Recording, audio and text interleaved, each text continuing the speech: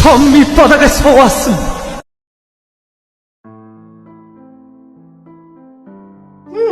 মিনহু, মনে পড়েছে নিশ্চয়ই? আজ শুধু তোর জন্য ছেলেটা হসপিটালের বেডে পড়ে আছে। আমি অবাক হয়ে ওনার দিকে তাকালাম। আমার জন্য? তোর জন্য। আয় চল।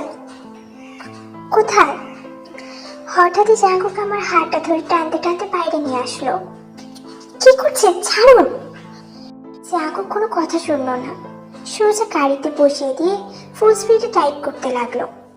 চোখ বন্ধ করে আল্লাহকে ডাকছিলাম আর মনে মনে ভাবতে লাগলাম, মিনহুর সাথে ওনার কি সম্পর্ক, কি হয় ওনার। হঠাৎ গাড়িটা প্রাইভেট ক্লিনিকের সামনে এসে দাঁড়ালো। জাঙ্কুক গাড়ি থেকে নেমে আমার হাতটা ধরে টানতে টানতে 332 কেবিনে ঢুকে পড়লো। কেবিনে ঢুকে বেডে থাকা ছেলেটিকে দেখে বুকের ভেতরটা কেঁপে উঠলো। জাঙ্কুকের দিকে তাকিয়ে উত্তেজনা আর অবাকের মিশ্রণে বললাম, ইনি তো। কথাটা শেষ করতে পারলাম না। ও মিনহু, উনি এখানে? কি হয়েছে ওনার? কি হয়েছে? নাটক, তাই না? জাঙ্কুক, বিশ্বাস করেন, আপনি বিশ্বাস করেন আমি কিচ্ছু জানি না। জানিস না, তাই না? জাঙ্কুক আমার হাতটা ধরে বাইরে নিয়ে আসলো। জাঙ্কুক, প্লিজ বিশ্বাস করেন। আমি বিশ্বাস করবো তোকে? হ্যাঁ ফানি। আজ আমার কলেজের বন্ধুটা তোর জন্য এমন অবস্থা। যখন আমার বন্ধু তোর জন্য নিজের অস্তিত্ব ভুলে গিয়ে সারাদিন তোর পিছনে পড়ে থাকতো, তার প্রতিটা অনুভূতিতে শুধু তুই ছিলি, বড্ড ভালোবেসেছিল তোকে। কিন্তু কিন্তু তুই এতটাই অহংকারী ছিলি যে রোজ মিনহুকে ইগনোর করতি। এভাবে তুই তো কলেজে মিনহুকে হাসির পাত্র বানিয়ে ছেড়েছিলি, যেখানে মিনহুকে সবাই মাথায় তুলে রাখতো। কিন্তু এইটুকু করে থামিসনি। ছেলেটা সেদিন তোকে পুরো ক্যাম্পাসের ছেলে মেয়েদের সামনে প্রপোজ করেছিল।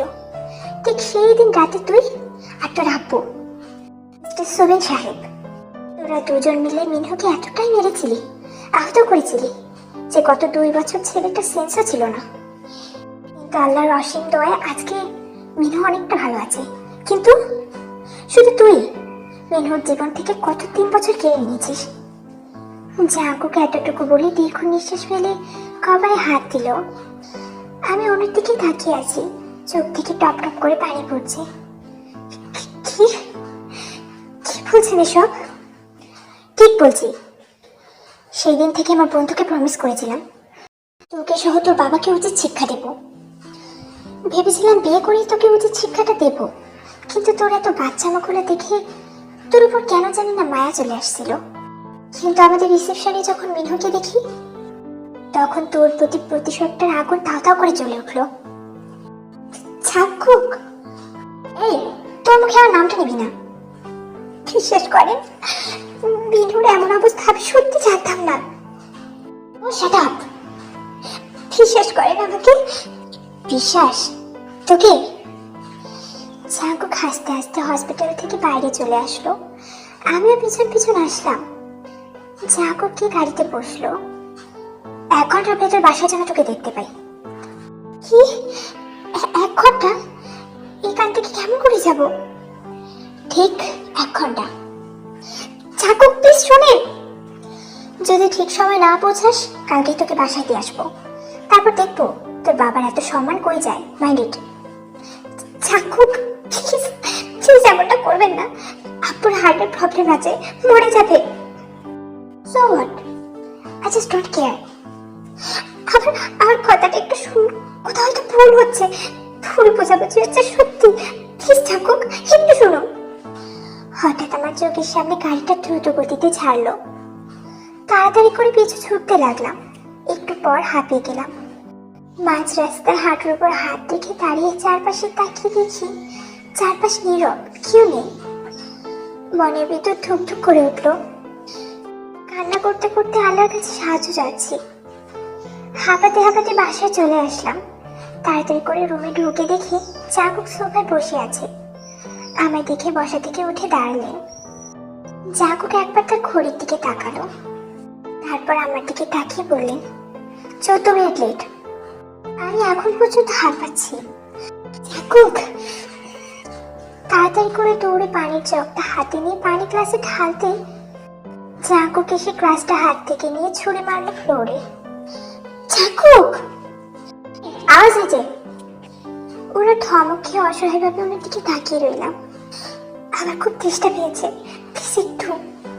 তুই সারা রাত পানি না খেয়ে থাকবি, মরে যাব, প্লিজ একটু। একটুও না বলছি তো, প্লিজ জাঙ্কুক। লেট করছিস, এই তার শাস্তি। আর শোন, সকালে উঠে ড্যাডকে বলবি আমরা কোনো হানিমুনে যাচ্ছি না। আর যদি না বলিস, সোজা তোর বাপের বাড়ি গিয়ে পৌঁছে দিয়ে আসবো। না না, আমি আমি বলবো, আর বাবাকে বলবো, প্রমিস। একটু পানি খাই প্লিজ। বললাম না একটু না। আমার এক কথা বলে মাথা খাবে না, না হলে কিন্তু। থাক, খাবো না। জাঙ্কুক গিয়ে বিছানায় শুয়ে পড়লো, সাথে সাথে লাইটটা অফ করে দিল। আমি গিয়ে সোফায় বসে ফুপিয়ে ফুপিয়ে কান্না করতে লাগলাম। সারা রাত দু চোখের পাতা এক করতে পারিনি। সকালে উঠে লক্ষ্মী বইয়ের মতো চা বানিয়ে সবাইকে দিলাম। বৌমা, তোমার ঠোঁটে কি হয়েছে? আমি কিছু বলতেই যাব, তখনই জাঙ্কুক বলে উঠল, ওয়াশরুমে পড়ে গিয়ে মেবি কেটে গেছে। কি? কখন হলো? বৌমা, মেডিসিন লাগাবে কেন?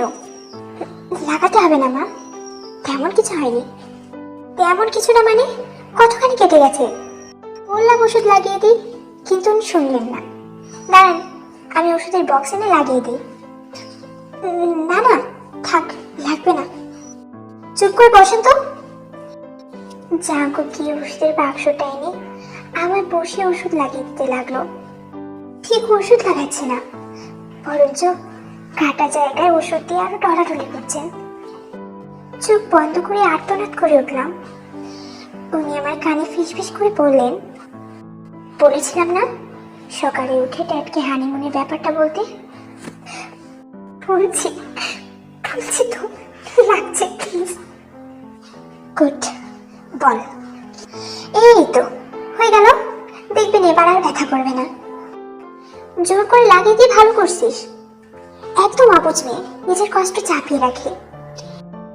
আম্মু, তুমি অত ভেবো না তো, সব ঠিক হয়ে যাবে। কি বলেন? আমি একটা মুচকি হাসি দিলাম। বাবা, ভাইয়া বউকে কত কেয়ার করে, দেখছো আম্মু? দেখছি তো। ইস, এমন একটা বর্জনা আমার কপালেও চটে। আমি একটা হাসি দিয়ে জিমিনার কাছে গেলাম। তাই নাকি? হ্যাঁ তো ভাবি। বাবা, একটা কথা ছিল। হ্যাঁ বৌমা, বলো। বাবা পেপার পড়ছেন, ওর পাশে গিয়ে দাঁড়িয়ে বললাম, বাবা আসলে আমি হানিমুনে যেতে পারবো না। বাবা পেপার নামিয়ে আমার দিকে তাকিয়ে বললেন, কেন? মা আমার দিকে তাকিয়ে বললেন, কোনো সমস্যা বৌমা? না না, আসলে তেমন কোনো সমস্যা না। আসলে কি হয়েছে বলেন তো, আমার শরীরটা তেমন ঠিক নেই। বাবা জাঙ্কুকের দিকে তাকিয়ে বললেন, সে কি জাঙ্কুক, ডাক্তার দেখাওনি কেন বৌমাকে? না না বাবা, তার প্রয়োজন নেই। বাবা আমার দিকে তাকিয়ে আমাকে পর্যবেক্ষণ করে জাঙ্কুককে বললেন, না, তোমায় দেখেও কেমন যেন একটা লাগলো। জাঙ্কুক, সন্ধ্যায় বৌমাকে নিয়ে একবার হসপিটাল থেকে ঘুরে আসবে, কেমন? না না, তার কোনো প্রয়োজন নেই বাবা, প্লিজ অযথা টেনশন করবেন না। আচ্ছা ঠিক আছে, তোমার যেমনটা ইচ্ছে।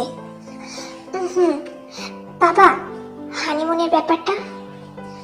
আচ্ছা সমস্যা নেই, তুমি যখন যেতে চাইছো না তাহলে থাক, পরে না হয় যেও, কেমন?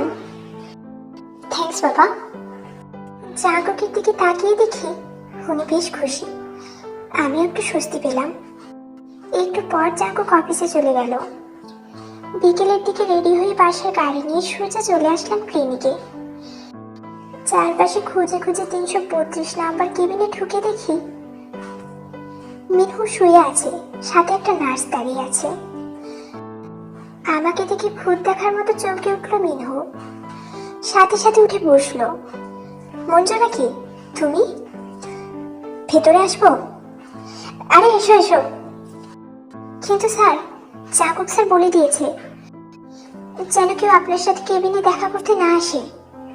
আরে ও আমার খুব আপনজন।